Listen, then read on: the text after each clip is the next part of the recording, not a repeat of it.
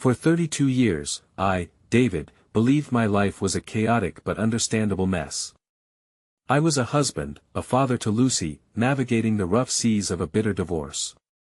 That was the fundamental lie I'd clung to for 7 years, even as Emily's venom grew.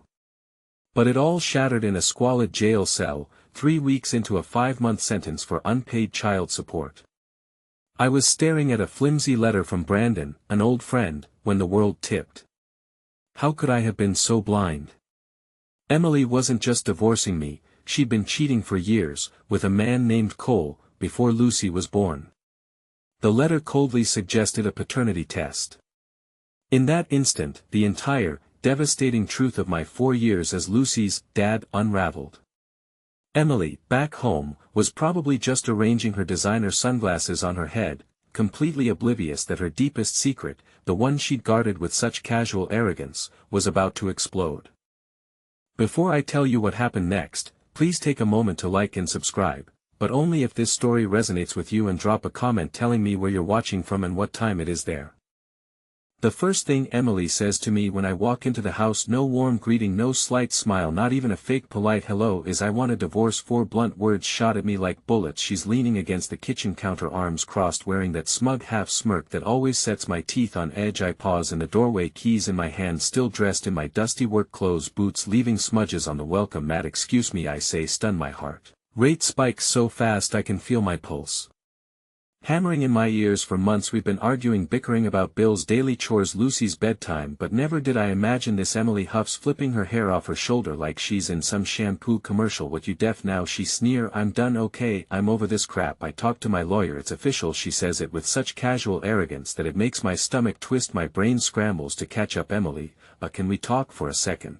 At least I manage. We have a child, you can't just..." She snorts, cutting me off. "A child? Yeah, Lucy's 4 and she's more mature than you sometimes. Listen, I'm not going to sit here playing the good wife while you do whatever you want, ignoring all my needs. I have a plan and it's happening. No more arguments." Her tone is laced with contempt, as if I'm some low-level employee she's about to fire. My mind flashes back to our wedding day, how she beamed at me in that white dress. Now it feels like she's a completely different person. I swallow hard, forcing myself to stay calm. "Emily, are you serious? A divorce?" I glance at the living room where Lucy's drawings hang on the wall, princess castle, rainbow unicorn. She has no idea her world is about to come crashing down. "Dead serious." She pulls a set of papers out of a manila envelope on the counter. "Here." She slaps them against my chest. "Read these, sign them, then get out of my way. I need the house, the car, and I'll be filing for child support." I stare at her, not sure if I'm hearing right. "What are you talking about? You need the house, the car?" My voice shakes with confusion and anger. "You want me out on the street?" She gives this mocking little laugh, the sound cold and hollow. "Not my problem. If you want to slum it in some crappy apartment, go ahead, but Lucy's staying with me. I'll expect child support on the 1st of every month. No excuses." I can't believe how she's acting. It's like she's rehearsed this scene in her head, determined to show me she's in charge. I open the envelope,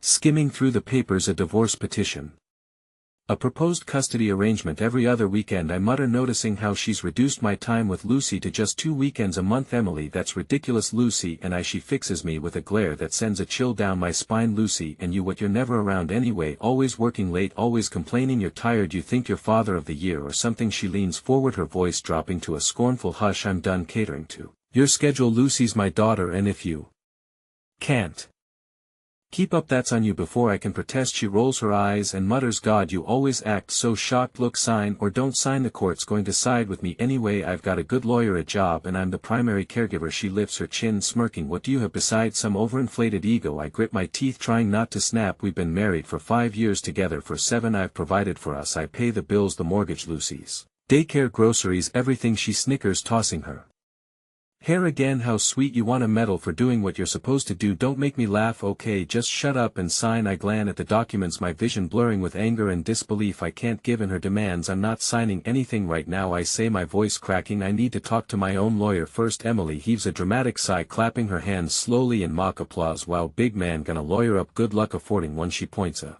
manicured finger at my chest. "This is happening I'm done with your lazy ass and Lucy, she's staying with me, you can get her every other weekend. Maybe my ears ring with the sheer cruelty of her tone. I snap the folder shut. Fine, I say, stepping away before I lose my composure. I'll call an attorney, I'll fight you on custody. She arches an eyebrow, lips curling. Fight all you want honey, you'll just end up embarrassing yourself. Then she pivots, marches down the hallway and slams the bedroom door. It's like she can't stand the sight of me for another second. I'm left standing in the living room trembling. Lucy's door is cracked open, her stuffed animals visible on the rug. My sweet little girl has no clue her mother and I are on the brink of a nuclear meltdown. All I can think is, where did this come from? Sure, things have been rough, but we have a daughter. Doesn't that mean something? I blow out a shaky breath, slip the papers into the envelope and place it on the coffee table. I need help. Somebody, anybody. My mind scrambles for a plan, but the only thing I know is that I can't let Emily walk all over me, not when Lucy's future is at stake. A few days later, I'm on the phone with a lawyer named Tim, recommended by a coworker. We set up a consultation. Meanwhile, Emily is in full queen of the castle mode at home, ignoring me unless it's to deliver some scathing remark. She's packed half my stuff into boxes, stacking them in the garage as if I've already moved out. The tension is thick enough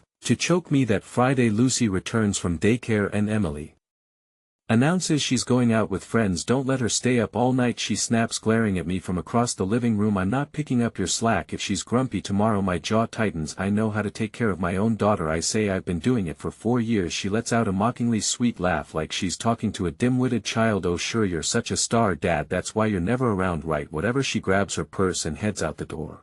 With a dismissive wave, I slump onto the couch, rubbing my temples. Lucy plays at my feet, humming some tune from a cartoon. I want to protect her from all this chaos, but I can't hide the fact that Emily's basically ripping us apart. The next morning I meet with Tim in his cramped downtown office. He's a wiry man in a slightly wrinkled suit, but his handshake is firm. Divorce, child support, custody, he says, tapping his pen on a yellow notepad. Happens all the time. I swallow. Emily's demanding everything, the house, the car, and basically wants me to pay monthly child support even though I already pay for most expenses. She's acting like I contribute nothing. Tim shrugs. Happens a lot. Unfortunately, the spouse who has primary custody usually aims to get the house, especially if the court believes that's what's best for the child's stability. As for child support, you're on the hook if you're the father, no matter what you paid before. It's a legal formula, not based on your personal history of covering bills. My gut churns. She also wants to limit me to every other weekend with Lucy, I say, voice tight. Tim adjusts his glasses, scribbling notes. Standard arrangement, I'm afraid, but we can fight for more time if you have a strong case. Judges sometimes grant 50-50 custody if you can prove you're an equally capable parent. She's turned so hostile, I murmur, acting like I'm the enemy. I never saw this coming. Tim folds his hands, giving me a sympathetic nod. Divorce can bring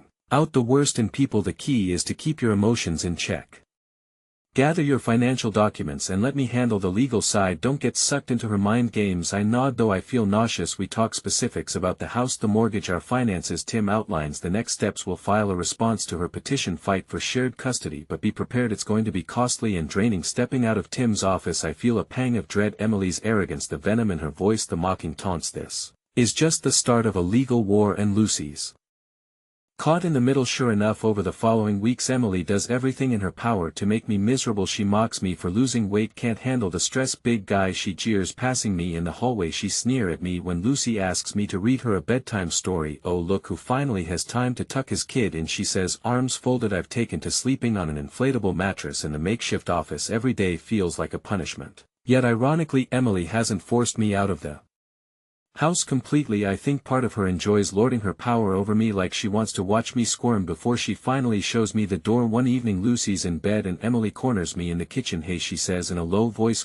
when are you moving out? I'm sick of seeing your face. My hands clench at my sides. I'm not moving out until the lawyers settle everything. I have every right to be here, she scoffs. Right, because you're so innocent. Listen, I'm not playing games, you're on borrowed time. Once the court finalizes I'm changing the locks. That's not how it works, I say through gritted teeth. You can't just change the locks. If she throws her head back, letting out a harsh laugh, I can do what I want, and trust me, the judge won't bat an eye. God, you think you're so smart, you're pathetic, Emily, I say, trying to keep calm. This is our family's home, Lucy's home. Don't you care about stability for her? Her stare hardens. I care about not living with you, and Lucy's better off watching me be strong. Then watching you whine about how unfair life is, boo-hoo, it's like talking to a brick wall. Her hostility is relentless, each word sharpened to cut me deeper. I swallow my anger and walk away as if the tension at home isn't enough. My job is also on the line, the constant stress, the arguments, taking time off for court appointments, it all piles up. My boss Mr. Grant pulls me aside one day and says, your performance is slipping, man, what's the story? I'm in the middle of a nasty divorce, I admit, rubbing the back of my neck. Custody battles, the works, I'm trying to keep it together. He shakes his head. I get that you're going through it, but we have a business to run. Clients are complaining about deadlines. You got to step it up or we'll have to let you go. Inside I'm panicking. 15 years on this job and suddenly it's on shaky ground because of everything going on at home. I force a smile. I understand, I'll get back on track, but as weeks pass, balancing Lucy's care, the confrontations with Emily, and my workload becomes impossible. My exhaustion shows in my sloppy proposals, missed deadlines. Finally the axe falls. I'm called into Mr. Grant's office one Friday. He's not smiling. I'm sorry, he says, voice clipped, we terminating your position effective immediately. My heart drops into my stomach. You can't, please, I just need a little more time. We've given you weeks. He replies, we need someone fully committed. Clean out your desk. I walk out in a daze, tears of frustration stinging my eyes. I box up my photos of Lucy, my few personal items. Colleagues stare, some giving sympathetic nods. I feel like I've been dragged underwater and can't breathe. Losing my job makes things infinitely worse. I'm barely able to pay the mortgage, the bills, let alone child support. Once the court issues a temporary order based on Emily's petition, she's triumphant when she hears I'm unemployed, twisting the knife in further. Oh, you lost your precious job, she says one afternoon. I guess you're even more worthless now. Good luck paying child support with zero income. Genius. My blood boils. I'm looking for work, I snap, fed up with her ridicule. The economy's rough and I have to schedule around caring for Lucy. She waves a dismissive hand. Not my problem. You better cough up the money or I'll make sure you regret it. You want to see Lucy at all? You better pay up. I can't believe how she's talking to me like a mob boss, threatening a delinquent. Still, she's not bluffing. If I don't pay, she'll go to the authorities, and that's exactly what happens. When I finally run out of savings and can't make a payment in time, Emily calls me up one night, cussing me out. Where's my money? She hisses. Don't you dare ignore me. I'm trying, I stammer, sweat beading on my forehead. I just got an interview, I'll figure something out, but I need more time. Her sneer is practically audible through the phone. More time, my ass. I told you I'd make life hell if you messed with my finances. I'm done playing. She hangs up. Sure enough, days later at 6 o'clock in the morning, there's a furious pounding at my door. 2 cops stand there asking if I'm me, reciting my rights, arresting me for unpaid child support. My neighbors peek through blinds and windows watching as I'm handcuffed and escorted to a squad car. I feel like a criminal, but all I did was lose my job. My mind reels on the ride to the station. Lucy's face keeps flashing before me. How do I explain to her that her dad was put in jail because he couldn't afford a check? This is insane. Because it's a weekend, I can't see a judge until Monday, so I spend 2 nights in a holding cell that smells like sweat and bleach, with strangers who are in for God knows what. The clang of metal doors opening and shutting echoes in my head. I keep my gaze low, not wanting to invite any trouble. When Monday comes, I shuffle into a tiny courtroom in an orange jumpsuit, wrists cuffed. The judge barely looks at me as he reviews my case. Non-payment of child support, repeated warnings, he intones. I'm sentencing you to 5 months in the county detention center. I gape at him, numb with disbelief. 5 months for losing my job and missing a couple of payments. My court-appointed lawyer tries to argue that I was looking for work, that it's a hardship, but the judge is unmoved. That's the law, he says, banging his gavel. Next thing I know, I'm at county wearing another jumpsuit, this time in a crowded dormitory with 50 other men. The smell of unwashed bodies, stale food and disinfectant assaults my nose. I bunk with a guy who nods at me but doesn't bother making conversation. The background noise never ends, shouting, coughing, random footsteps. My anxiety is at a permanent high. I keep my head down, do what I'm old, try not to make waves, but at night when everything quiets, my thoughts tear at me. Emily's smug face creeps in, mocking me for failing to pay. Lucy's sweet smile haunts me, not knowing why daddy disappeared. I feel a toxic mix of sorrow and rage. How did my life spiral so fast? 3 weeks in, I get a letter. I recognize the return address. Brandon, an old buddy who used to come to our barbecues. We drifted apart a couple of years ago. My hands shake as I open it. The noise in the block is loud. Some guys are arguing, others playing cards, but I tune it out. Brandon's words hit me like a sledgehammer. He's sorry he kept quiet, but he can't take it anymore. Emily's been cheating on me for years. She's been seeing another guy, Cole, since before Lucy was born, and he suggests I get a paternity test because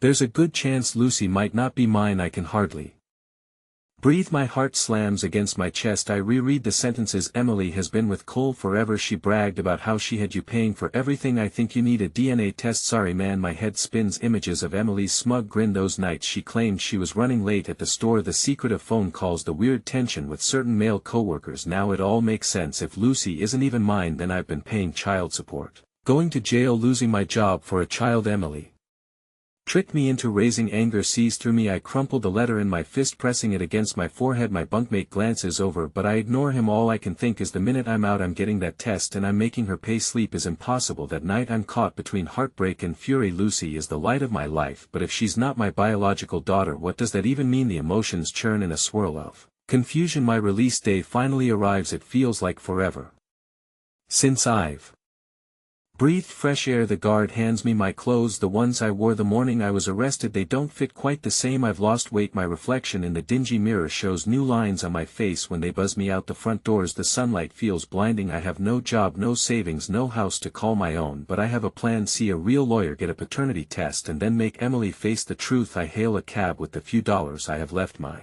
parents offered to pick me up, but I wanted to do this alone, free of pitying eyes. I meet a lawyer named Daniel, a friend of a friend. He has a small cluttered office but a reputation for being tough in court. I explain everything: the divorce, the child support fiasco, jail, and Brandon's letter about Emily's affair and Lucy's uncertain paternity. Daniel listens with a grim expression. When I finish he says, "This is serious. If Lucy isn't yours, then Emily committed fraud. You have grounds to sue for damages, possibly to recoup child support. You can also request a court-ordered paternity test immediately." I nod, my throat tight. Leighton, do it. I need to know the truth. This can't go on. Daniel taps his pen on the desk. Brace yourself, it might be messy. Emily won't go down quietly. She might stall or challenge the test, but will push for a judge's order. When the day comes for the paternity test, I find myself in a clinical office building, the walls painted a dull beige. Emily arrives with Lucy looking odious as ever. She's wearing designer sunglasses perched on her head, lips curved in a sneer. As soon as Lucy sees me, her face lights up. "Daddy," she cries, rushing into my arms. Emotion claws at my chest. I hug her tight, inhaling that strawberry scent from her shampoo. Emily stands behind, her arms crossed, giving me a look that says, "Don't you dare try anything." The nurse calls us in. Lucy is oblivious, giggling when the nurse swabs her cheek. I hold Lucy's hand, trying not to crumble inside. Then the nurse swabs me. Emily refuses to meet my eyes. Afterward, in the hallway, Emily corners me. "What, you think you're clever?" she hisses under her breath, "dragging us here for a stupid test? You're wasting your time." I clench my jaw. If Lucy's mine, then I have every right to be in her life. If she isn't, then I deserve to know. It's that simple. Her lip curls. "You're such a pathetic loser. Even if the test says what you want, you can't afford the child support anyway, and if the test doesn't go your way, well, guess you made a fool of yourself for nothing." I inhale slowly, reminding myself not to cause a scene. Lucy tugs on my arm, looking confused. Emily snatches Lucy's hand and mutters, "Come on baby, let's go." As if I'm some strange, I stand there watching them leave, my heart heavy. 2 agonizing weeks crawl by as I wait for the test results. I sleep on a friend's couch, scanning job listings by day, tossing and turning by night. My phone rings nonstop with unknown callers, bill collectors. Maybe I ignore them. My only focus is that letter confirming Lucy's paternity. When it comes, I sit on my friend's back step and carefully open the envelope. The clinical language stares back at me. 0% probability of paternity. Lucy is N mine. The world blurs. I read it, praying there's a mistake, but the science doesn't lie. I slump against the step, tears threatening to fall. I think of Lucy's big eyes, her giggle, how she'd say "Daddy" with such pure happiness. She's not my blood. Emily played me for a fool. Brandon was right. Once the initial shock wears off, a dark anger rises in me. Emily knew. She used me for years, made me pay every bill, locked me out of Lucy's life, then threw me in jail when I couldn't keep up. And Lucy, she's the real victim here, an innocent child stuck in a web of lies. I grab my phone, call Daniel, my voice trembles. "She's not mine. I want to go after Emily for fraud, emotional distress, everything. She can't get away with this." He's calm but resolute. "I understand. We'll file immediately. You're entitled to reimbursement and we can push for criminal charges depending on the state laws. Let's meet tomorrow." I hang up, exhaling a shaky breath. This is war. Emily humiliated me, cost me my job, my freedom. Now I'll see that justice is served. Court day arrives and my stomach churns with nerves. I'm at the plaintiff's table with Daniel, who flips through a folder of evidence: the paternity test, copies of child support checks, statements from Brandon about Emily's long affair. Emily sits across from us, her lawyer at her side. She looks anxious but still defiant, her chin tilted up, eyes cold. The judge, an older woman with sharp features, calls to order. Daniel presents our case methodically. Explaining how Emily defrauded me into believing I was Lucy's father, how I supported her financially for years, even going to jail for missed payments. Emily's lawyer tries to defend her, saying she was unsure about Lucy's paternity, that she acted in good faith. Emily puts on a fake remorseful face, but it doesn't match the sneer flickering at the corners of her mouth. She glances at me with contempt like I'm an insect she wants to crush. Then Daniel calls Brandon as a WI. He testifies about how Emily bragged to him at a party, letting slip she was sleeping with Cole while passing Lucy off his mind for financial gain. Emily tries to interject, hissing he's lying, he's always had it out for me, but the judge warns her to remain silent when the paternity test is entered into evidence. Emily's facade cracks. She shifts uncomfortably, shooting me a venomous glare. I can almost see the gears turning in her head, looking for a way to slither out of this. Finally the judge speaks. Gaze on Emily. Based on the documentation and testimony, it appears you knowingly deceived Mr. Davis regarding paternity. You demanded child support from him under false pretenses, resulting in his incarceration for non-payment. This is fraud. Emily pales, her bravado faltering. I feel my heart pounding with a mix of relief and righteous anger. The judge continues, you will be responsible for reimbursing all child support paid. Additionally, given the severity of your deception, the court will defer this matter for criminal charges. I see clear grounds for fraud. Her lawyer tries to protest. Your Honor, this is an extreme measure. The judge cuts him off. It is an extreme betrayal. Mr. Davis lost his job, his freedom, and his reputation. The child in question, Lucy, is also a victim of Miss Davis's actions. We must ensure justice. Emily's face goes slack, then twists in rage. She points at me, practically spitting. This is all your fault. You couldn't just accept that Lucy needed support. You're a worthless. The judge slams her gavel. Miss Davis, control yourself. Another outburst and I'll hold you in contempt. The BFF steps forward as Emily rants under her breath. This is glaring daggers at me. My pulse races, but inside I feel a surge of vindication. Finally she's exposed. The judge then addresses custody of Lucy. Given that Emily is facing criminal charges, Cole is Lucy's biological father and apparently has never stepped up. The judge grants me temporary custody based on the argument that I've been Lucy's primary paternal figure. I'm stunned and conflicted. Lucy isn't biologically mine, but she knows me as daddy. Emily is ordered to serve 3 years for fraud. The bailiff leads her away, handcuffs jingling. She's trembling with fury, spitting curses as she passes me. Yuk regret this, she yells, eyes flashing. Mark my words, Yuk regret it. I stand there watching the mother of the child I raised get taken away. My heart feels heavy. I should be relieved, but a wave of sadness washes over me. Lucy's life will never be the same after the hearing. Daniel puts a hand on my shoulder. You did it. Justice was served. I nod numb. We step out into the bright sunlight. Cameras aren't flashing or anything. This isn't a high-profile case, but it feels dramatic enough for me. My entire world has flipped. Lucy's been staying with my parents while all this unfolded. I head over to pick her up. She's in the backyard blowing bubbles. The moment she sees me, her face lights up. Daddy, she squeals, running into my arms. Tears prick my eyes even though I now know she isn't biologically mine. It doesn't change how I feel. I hold her close. Hey kiddo, I say softly, how are you? She looks up at me with that innocent smile. Grandma said we can make cookies. Will you help? I force a grin. Sure thing. Inside, my mother watches us from the kitchen window. She knows the results of the test. She knows about Emily's sentence, but she also sees how Lucy still clings to me. Later that night, after Lucy's asleep, Mom pulls me aside. What's your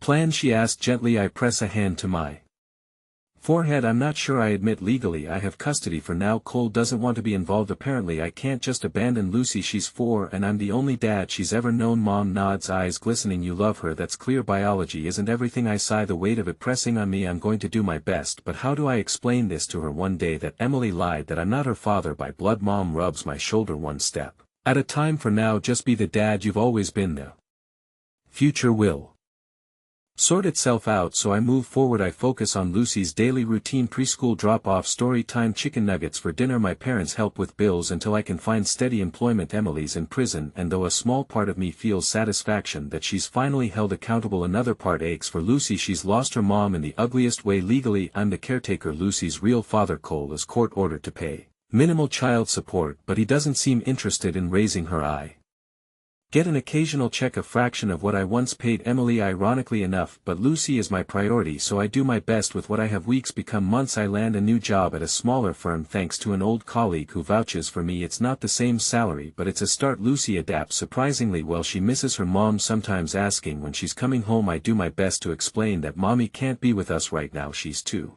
young to grasp the truth. One evening, as I'm tucking her into bed she looks up and whispers, "Daddy, do you love me?" Her question punches me in the chest more than anything in the world. "Lucy," I say, stroking her hair. She nods satisfied and drifts off to sleep. Tears slip down my cheeks because I realize in that moment none of the DNA drama matters to me. She's my girl, I'm her dad. I'd walk through fire for her. Months later I'm summoned to a follow-up hearing about Lucy's custody. Emily's locked up, but she filed some motion claiming she wants Lucy back once she's released, insisting she was wrongly convicted. My lawyer believes it's a Hail Mary attempt to shift blame. Still I'm on edge. Court day arrives and Emily appears via video conference from prison. She looks disheveled, but there's still a trace of that old arrogance in her sneer. When the judge asks her to speak, she launches into a tirade claiming I set her up, that Brandon lied, that the test was tampered with. Daniel calmly presents evidence that has already been validated. The judge isn't swayed by Emily's theatrics. She affirms my custody, stating Emily won't have any parental rights until she completes her sentence, and shows proof of rehabilitation. Emily stares at me through the screen, her eyes filled with hatred. "You're going to pay for this," she spits. I don't respond. The BFF cuts the connection. I walk out, my heart pounding but also relieved. Lucy is safe from her mother's manipulation. For now I feel no triumph, just a weary acceptance that this is how life is going to be.